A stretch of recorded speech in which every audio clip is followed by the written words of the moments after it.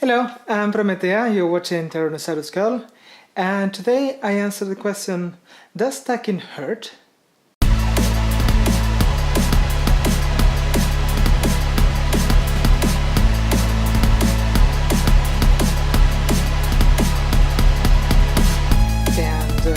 The asker goes on to say, I am a woman, but I have many male friends who complain about tight pants, so I can only imagine that it must hurt to you.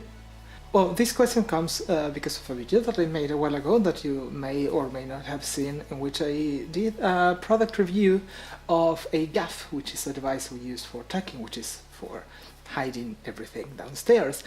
And while that video was mostly aimed at other trans women and trans feminine folk, of course it awoke also the curiosity of many cisgender people, and that is why this person is asking this question, and I'm happy to oblige. If you're curious about it, you may go and check out that video first, but it's no big deal. And before I get into the actual question, I want to address your use of the word woman here. You say that you are a woman. I am a woman too, and that is kind of the point. If what you're trying to say is that you are a cisgender woman, please say that. And if you don't know that word, what it means, go and check out this other video that I made some time ago, where I explain what that word means and why it is important to use it, in certain contexts at least. But well, you say that your male friends complain about tight pants, about it hurting their genitals. Men complain about their balls a lot. Too much. Balls are delicate, but not as much as some men make it to be. I've also heard men saying that they cannot cross their legs because it hurts, and now, believe me. I've also heard men say that they cannot cross their legs because it hurts, and no, believe me, I have balls. I am not that small than they are, and I can cross my legs really easily. I don't know what you would have to do in order to actually feel pain when you cross your legs.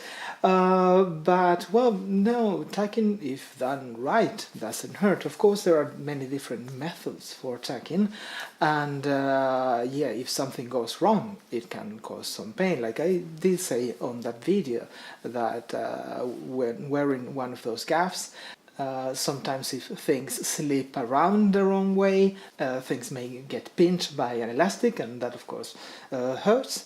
But just the active tacking itself doesn't hurt. See, I don't know if you are a mother, but small children with penises actually don't have their balls hanging like adults do.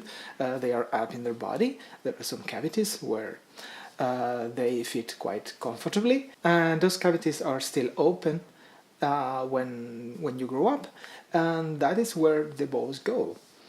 They go up into these pockets, and then the penis simply gets pulled back and held in place in some way, depending on what you're using to tack. And yeah, of course, everybody's different, and for some people it may hurt a little bit, or it may be also the technique, the way that they are doing, that they may be pressing too hard, they may be wearing a garment that is too tight, or you know, there is also a technique where you can use tape to secure things in place and you push it back. And yeah, I have never tried that, but I can see how that can go wrong if you are not careful. And of course, if you use the wrong kind of tape, when you take it off, it can hurt a lot. But not everybody does that.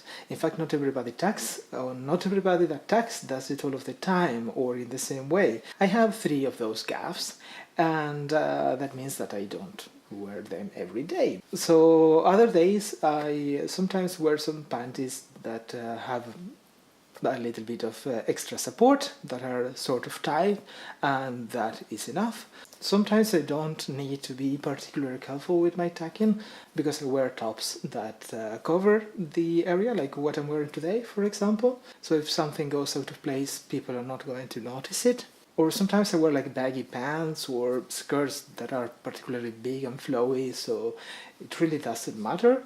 And then there's people that don't really care. I have a friend that likes to wear tight jeans and she doesn't tuck. And that's great for her. She may get reactions, but she has a strong enough personality not to care about that.